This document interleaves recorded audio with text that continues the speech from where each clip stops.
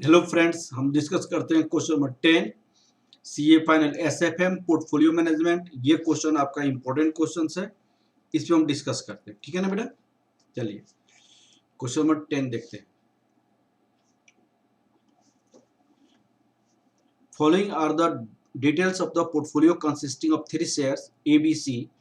Portfolio weight दिया हुआ है और बीटा दिया हुआ है। एक्सपेक्टेड रिटर्न इन दिस और टोटल वेरिएंस दिया हुआ है। टोटल वेरिएंस का मतलब total risk, standard deviation A X square, standard deviation B X square, standard deviation C X square, और ये आपका है स्टैंडर्ड डेविएशन मार्केट। और तो वेरिएंस कितना हो जाएगा? वेरिएंस ऑफ मार्केट हम लिख सकते हैं, variance of market standard deviation of market का X square that equal to 10 X square 100। ठीक है, you are given the following covariance A B, covariance A C, covariance B C, calculate portfolio beta. तो portfolio beta तो बहुत ही आसान है, portfolio beta निकालनी है। तो क्या होगा यहाँ पे? Beta A weight A plus beta B weight B, beta C weight C, ये होता है ना। तो बीटा ए कितनी है? 0.40 और वेट कितनी है? 0.20, 0.20 प्लस 0.50 इंटू 0.50 वेट है, प्लस 0.30 इंटू 1.10। अब ये टोटल बीटा आपका हो जाएगा 0.66। रिजिडुअल, यहाँ पे क्वेश्चन पूछा है residual variance of each of the 3 shares. Residual variance का मतलब होता है कि unsystematic risk, unsystematic risk.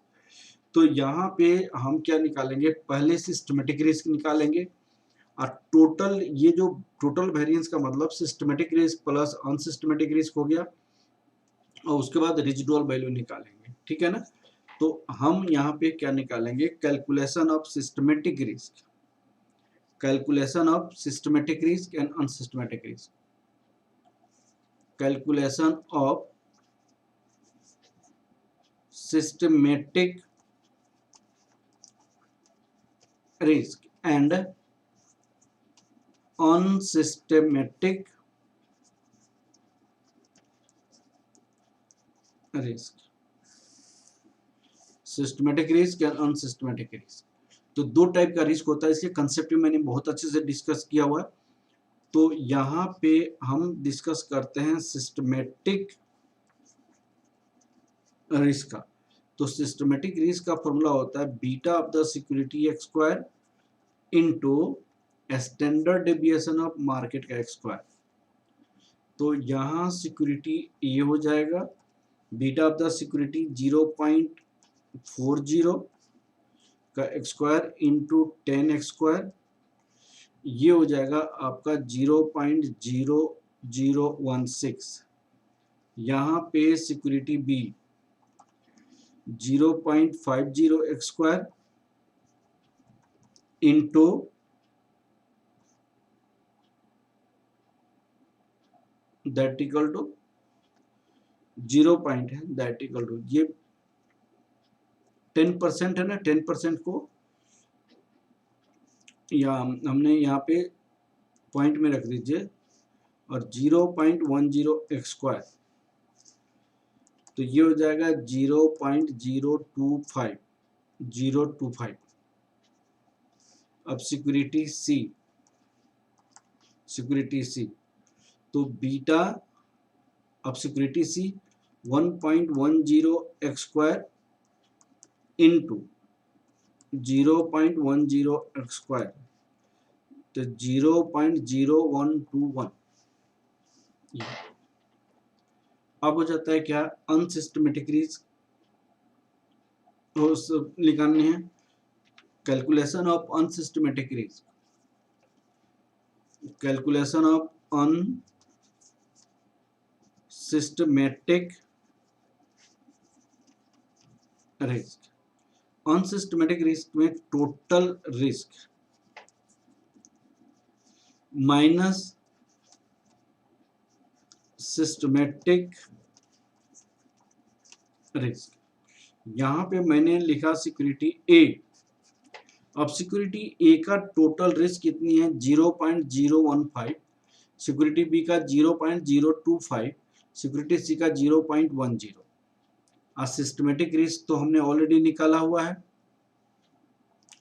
0.015 minus 0.0016, ये हो जाएगा 0.0134।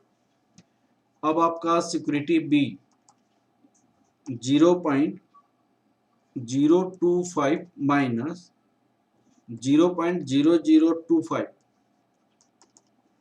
0.0000225।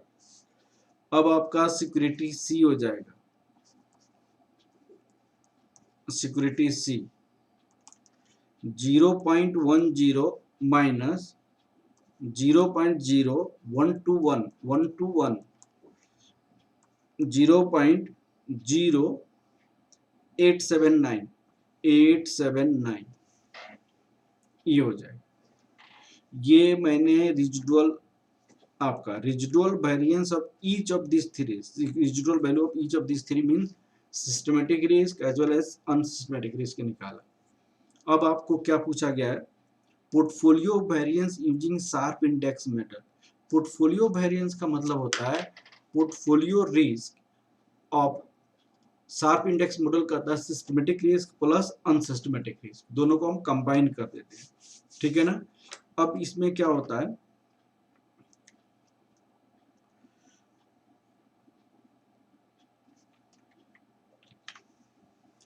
Portfolio variance, portfolio variance using SHARP index model, index model. इसमें होता क्या है आप देखिएगा, इसमें portfolio systematic risk, portfolio systematic risk plus portfolio unsystematic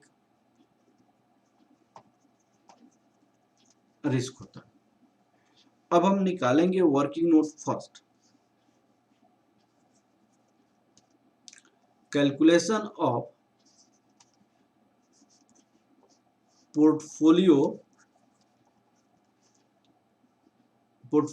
systematic risk, systematic risk, इसका फॉर्मूला होता है beta of the portfolio x square, beta of the portfolio x square,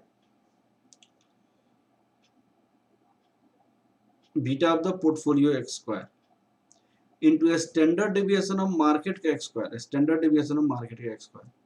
तो बीटा ऑफ द पोर्टफोलियो आपकी है 0.66 एक्स स्क्वायर इंटू मार्केट का X square 0.10 का whole x square. तो ultimately ये कितना हो जाएगा 0.004356। अब आपका यहाँ पे working node first second, calculation of portfolio systematic unsystematic risk, calculation of portfolio unsystematic risk, unsystematic risk. अब बात को समझिए, यहाँ पे जो अनसिस्टमेटिक आया है इसको मैं रिप्रेजेंट करता हूँ, सपोज कीजिए 1 2 और ये 3, तो ये एक्स स्क्वायर में होता है, ये हमेशा एक्स स्क्वायर में होता है, वेरिएंस निकलता है। अब आपका यहाँ पे पोर्टफोलियो सिस्टमेटिक अनसिस्टमेटिक रिस्क का फॉर्मूला क्या होता है, एक्स स्क्वायर वेट ए यहाँ पे ए है ना, ए का स्क्वायर, इसको ए से रिप्रेजेंट कर दीजिए, इसको बी से रिप्रेजेंट कर दीजिए अनसिस्टेमेटिक, इसको सी से रिप्रेजेंट कर दीजिए,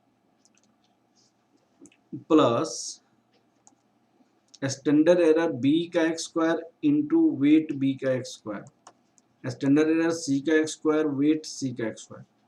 ये पोर्टफोलियो अनसिस्टमेटिक रिस्क आ गया। तो यहाँ पे वेट ऑलरेडी दिया हुआ है क्वेश्चन में, और इसकी वैल्यूज दी है 0.0134 into 0.20 x square,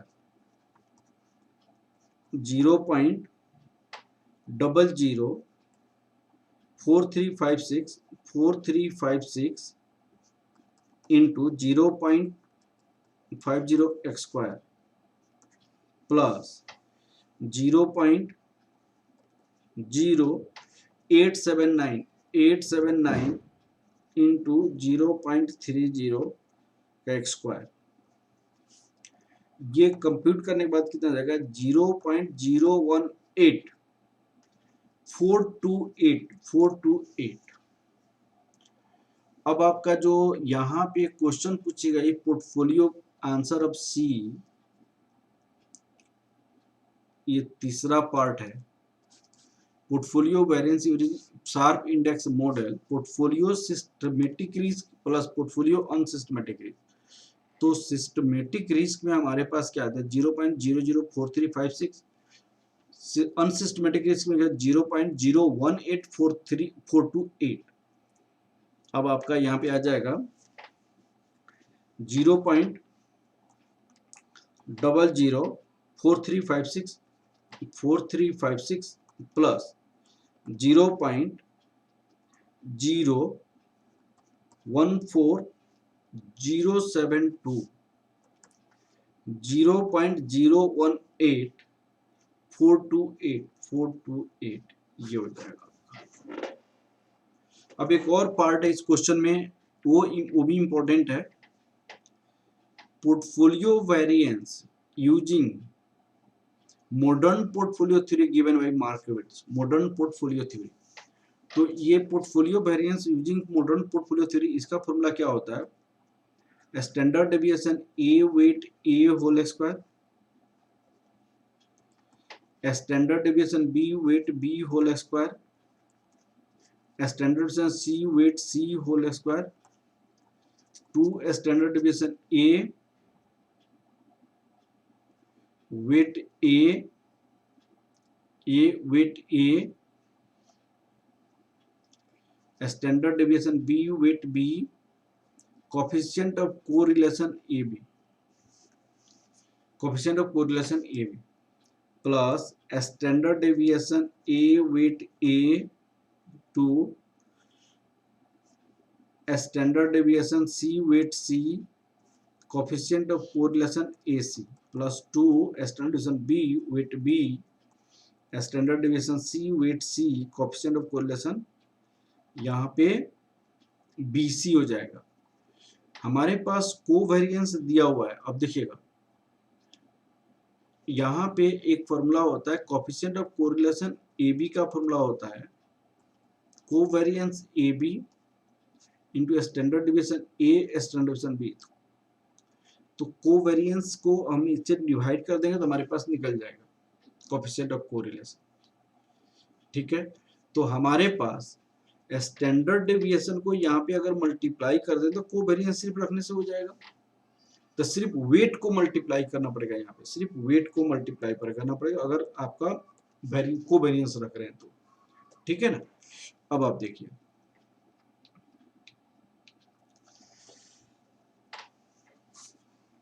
answer of fourth part,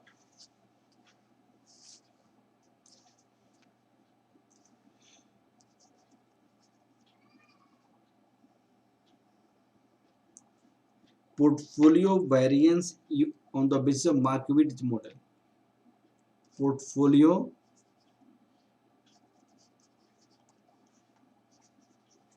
variance on the basis of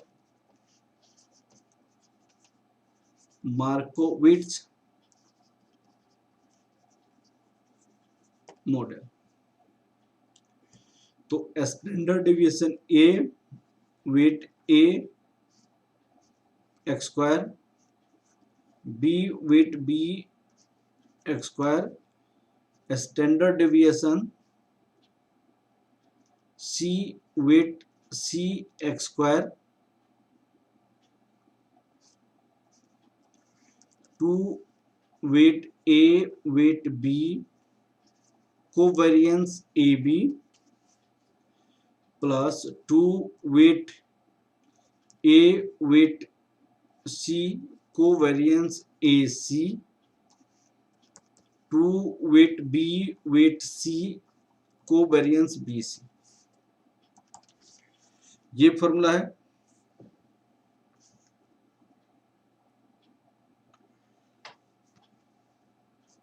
zero point two zero into 0 point,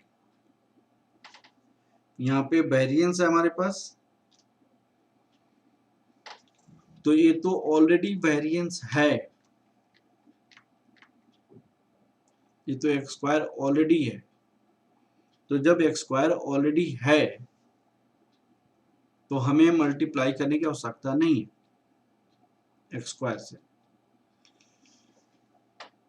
0.20 का होल स्क्वायर इंटू 0.15 प्लस 0.5 का होल स्क्वायर इंटू 0.025, 0.3 का whole square into 0.10, 0.025, 0.10 plus 2 standard deviation weight A 0.20, weight B 0.50, covariance कितनी है सबका 0.30, 0.3, यहाँ पे covariance है 0.03, 0.03, 0.02, 0.04।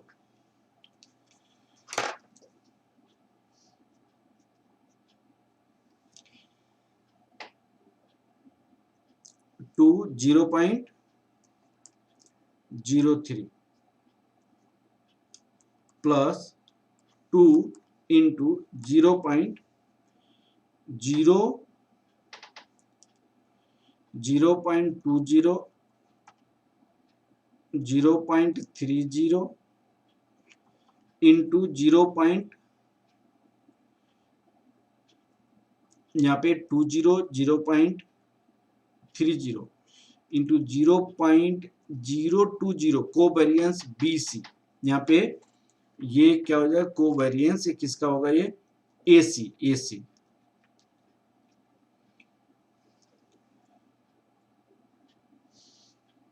This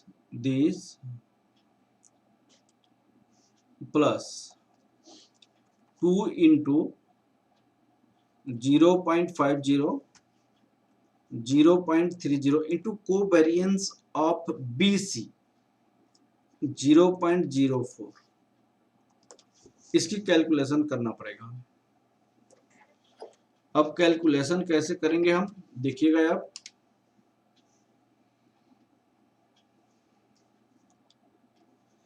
point 2 into 0.015, 0.5 into 0.025,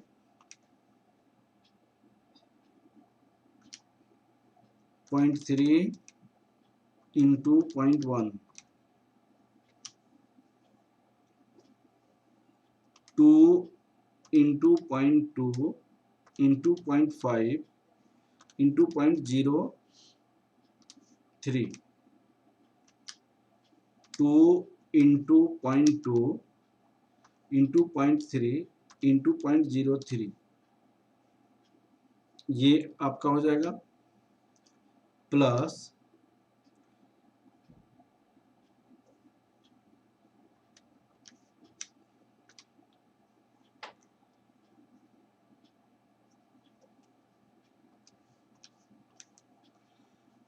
2 into 0.5 into 0.3 into 0.04